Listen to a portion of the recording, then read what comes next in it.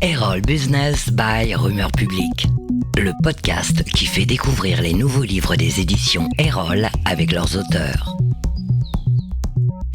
Bonjour et bienvenue dans Erol Business by Rumeur Publique. Je suis Jean-Christophe Latournerie et j'ai le plaisir aujourd'hui de recevoir Pauline Lahari pour Votre business model sur mesure, la boîte à outils pour concevoir, entreprendre, agir et manager, écrit en collaboration avec Alain Vandecotte. Bonjour Pauline et merci de participer à ce podcast. Bonjour à vous, merci de me recevoir. Pauline, vous êtes une entrepreneuse et chef d'entreprise, une distinction qui méritera qu'on y revienne. Vous avez passé plusieurs années en Chine avant de créer My CV Factory en France et de lancer une start-up à nouveau en Chine en 2019. Votre passion, c'est l'entrepreneuriat, en particulier dans le numérique, et vous accompagnez de jeunes entrepreneurs. Le business model, ou modèle d'affaires en français, est ce que vous appelez le nerf de la guerre. Créer une entreprise, en reprendre une existante, la question se pose, quel business model, quelle organisation, quelle chaîne de valeur? Cet ouvrage fourmille d'idées, d'exemples, de conseils, de solutions pratiques et quotidiennes pour mener un projet d'entreprise à son terme, la réussite. Pauline, avec votre co-auteur, vous avez interviewé 25 personnalités inspirantes, essentiellement des créateurs d'entreprises. Et ce qui est intéressant, c'est que ces nouvelles entreprises ne sont pas toutes des jeunes pousses du numérique et de loin. On y trouve un plombier, un fabricant de chaussures, des salons de coiffure, mais aussi Blablacar et un fabricant d'exosquelettes. Bref, la création d'entreprises se porte bien et dans tous les secteurs. La première partie de ce livre, les 25 histoires d'entreprise, apporteront au lecteur des idées, des exemples, le côté pratique de l'entrepreneuriat, la joie de la réussite et aussi quelques histoires d'échecs parce que c'est aussi ça l'entreprise. Ces 25 histoires sont riches d'enseignements, des enseignements organisés en 2 parties et 6 chapitres. Première partie, conception du business model et posture entrepreneuriale. Si l'on vous écoute, les points clés sont être l'architecte de la conception, être leader de la commercialisation, être le manager du premier âge et être le metteur en scène. Seconde partie, construire le business plan. À commencer par la rédaction de l'executive summary ou l'art de la synthèse. Il faut ensuite argumenter son business plan, travailler le prix, un élément essentiel du marketing, se poser la question justement de la stratégie marketing, puis de la stratégie commerciale, faire attention aux dépenses et organiser l'administration, la compta et la gouvernance qui sont les clés de la sérénité. Enfin, manager, c'est savoir s'entourer. Vous voulez créer une entreprise, vous dirigez une entreprise, un département, une business unit, ce livre est pour vous. Vous voulez simplement comprendre ce monde qui s'enthousiasme pour les entrepreneurs, ce livre est encore pour vous. Vous y trouverez une mine d'inspiration, de conseils, d'exemples et d'outils pratiques et les histoires quotidiennes de ces femmes et de ces hommes entrepreneurs qui se lancent, tentent, échouent et parfois réussissent. Et chaque histoire vous emmènera via un QR code vers d'autres ressources en ligne pour approfondir le sujet et rentrer encore plus dans le détail où se cache le diable, particulièrement en matière d'entrepreneuriat. Il est temps maintenant de poser quelques questions à l'auteur. Alors, chère Pauline, pourquoi avoir écrit cet ouvrage? La littérature entrepreneuriale n'est pas pauvre. Que manquait-il sur les bureaux des entrepreneurs à votre avis? Alors, il manquait pour moi quelque chose de très très concret en fait, de très dans l'exécution. C'est-à-dire que nous, on a voulu suivre ces 25 personnalités et vous l'avez très bien dit, soit c'était des personnes, voilà, des directeurs d'entreprise qui l'ont créé, soit qui l'ont repris, voilà, différents types de secteurs de business et on voulait vraiment avoir finalement un retour sur leur quotidien, leur cœur de métier, les difficultés, les échecs. En fait, on voulait pas de langue de bois sur l'entrepreneurship et on voulait vraiment savoir ce que ces personnes ont connu comme succès et comment elles ont fait pour réussir. Et parmi ces 25 histoires, les 25 histoires que vous nous racontez, quelle est celle qui vous a le plus marqué? Alors, moi, personnellement, j'ai beaucoup aimé l'histoire de Borderline. Donc, ce sont les jus frais et très originaux que Sébastien Petsch et ses cofondateurs ont fondés.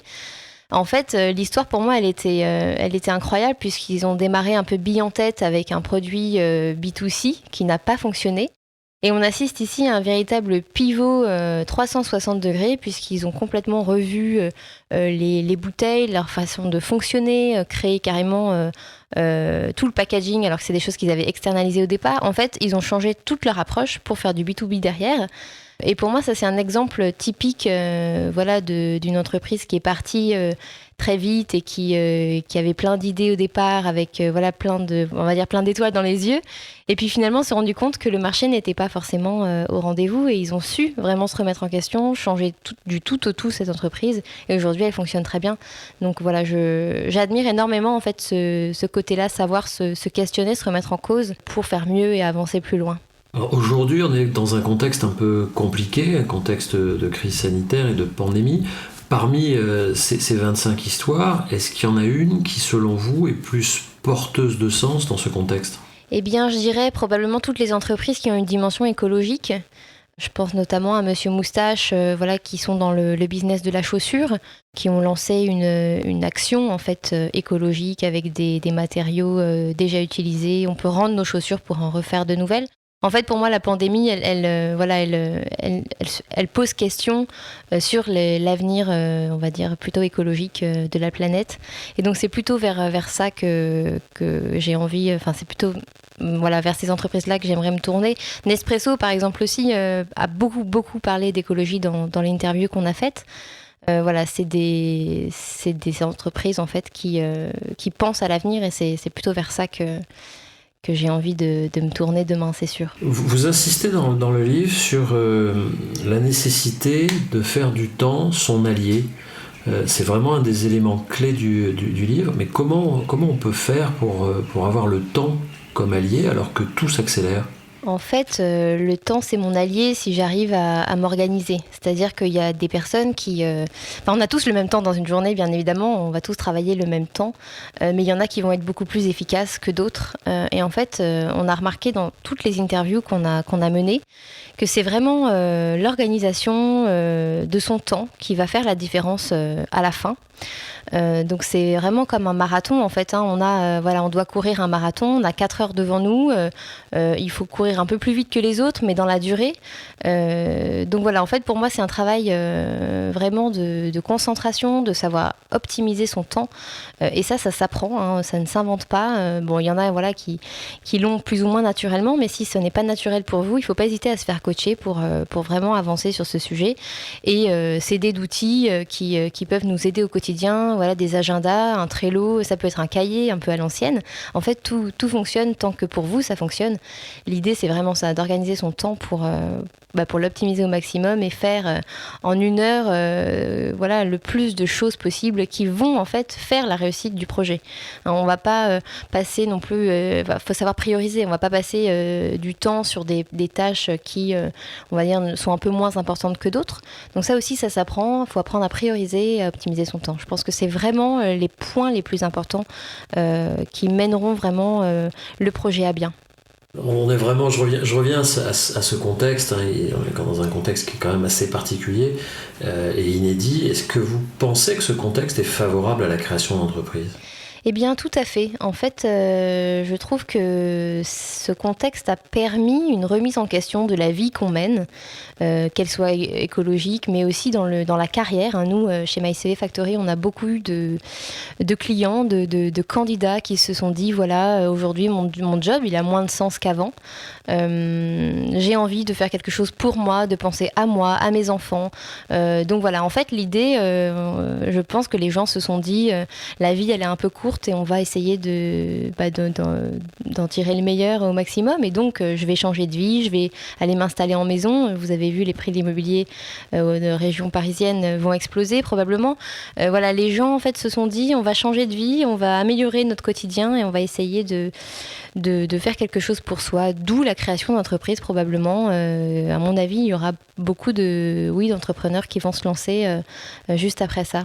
Et ça paraît finalement assez logique quand on y pense. Et justement, alors beaucoup de créateurs d'entreprises, mais quelle différence vous faites entre l'entrepreneur, créateur d'entreprise, et le chef d'entreprise ? En fait, je pense que le créateur d'entreprise, il y a le mot créateur, donc il y a beaucoup de créativité. On va dire que celui qui fonde l'entreprise n'est pas forcément un très bon gestionnaire, alors qu'un chef d'entreprise, il y a cette notion de gestion derrière, de management. Donc je fais cette différence-là en fait sur la créativité et la façon de gérer son entreprise.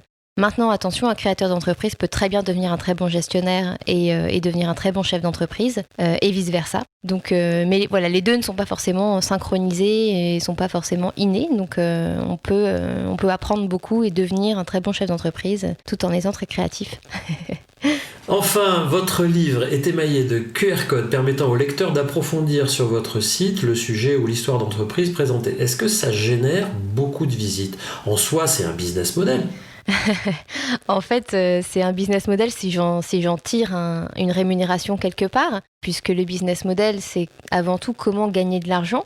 Après, on peut dire que c'est une sorte de business model dans le sens où je vais attirer une communauté qui derrière va me générer probablement du trafic sur l'un de mes sites internet et donc évidemment pourquoi pas en tirer du coup un bénéfice derrière. En fait, c'est aussi une visibilité. Ce QR code redirige vers l'interview.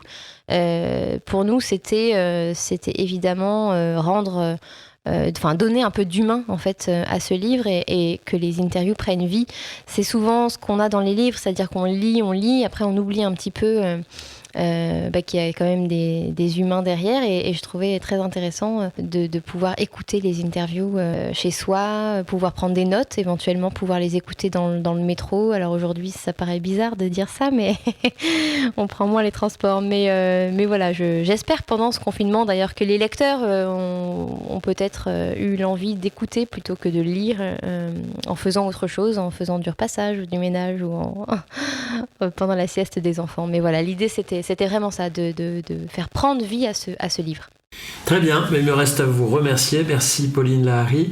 Votre business model sur mesure, la boîte à outils pour concevoir, entreprendre, agir et manager par Pauline Lahari et Alain Vendecotte, un ouvrage des éditions Erol. À bientôt pour un nouveau podcast Erol Business by Rumeur Publique. Merci beaucoup. Merci beaucoup Jean-Christophe.